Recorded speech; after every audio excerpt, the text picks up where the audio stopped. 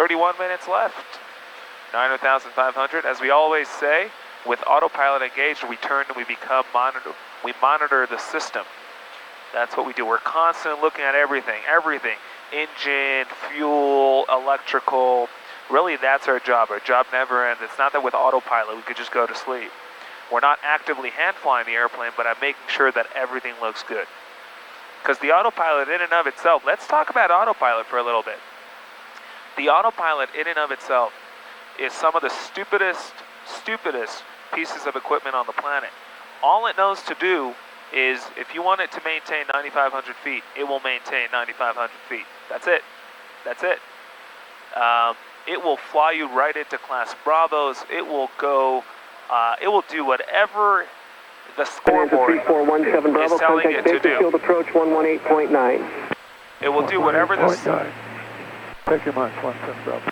Whatever the scoreboard tells it to do, it will do.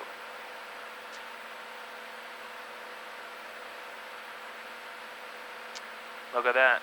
19 knots on the wind, on the nose, 33 knots off the left.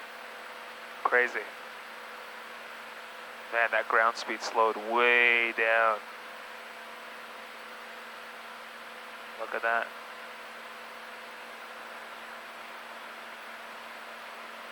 .24 on the nose, 31 off the left.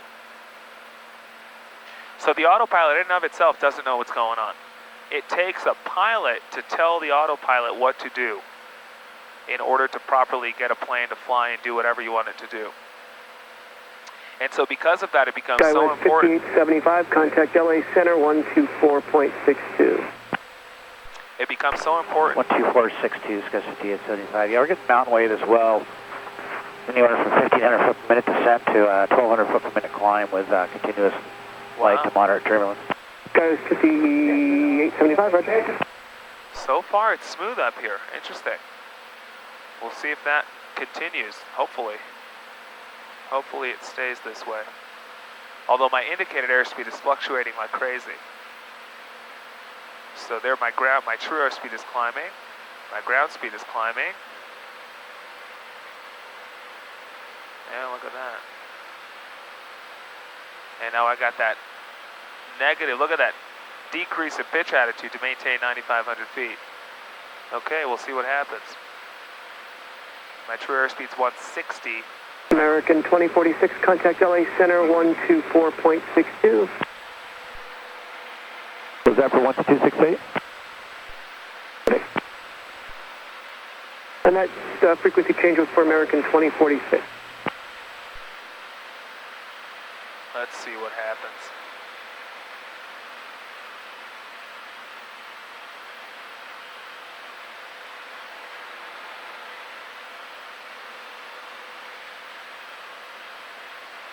All right, 142 ground speed, not bad.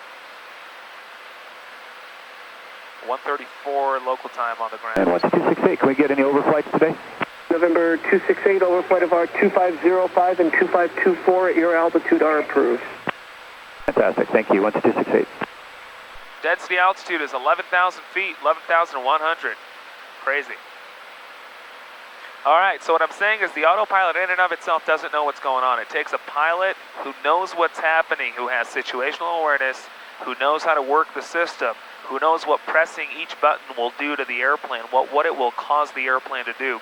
It takes a pilot behind the autopilot to make it happen. Here's something I say, which I can't think of a more true saying. You know, they say behind every successful man is what's the say? Behind every successful man is a successful woman, something like that. Behind every good autopilot that does what you wanted to do is a good, solid pilot. Autopilots in and of themselves do nothing. They don't know how to fly the airplane. They don't know what's going on. They don't even know where we're going to. The autopilot has no clue we're flying to Death Valley right now. So keep that in mind. Because that is so much the case, with the autopilot engaged, it's almost like you want to be on heightened alert in making sure, with monitoring the system, that the airplane is doing what you want it to do.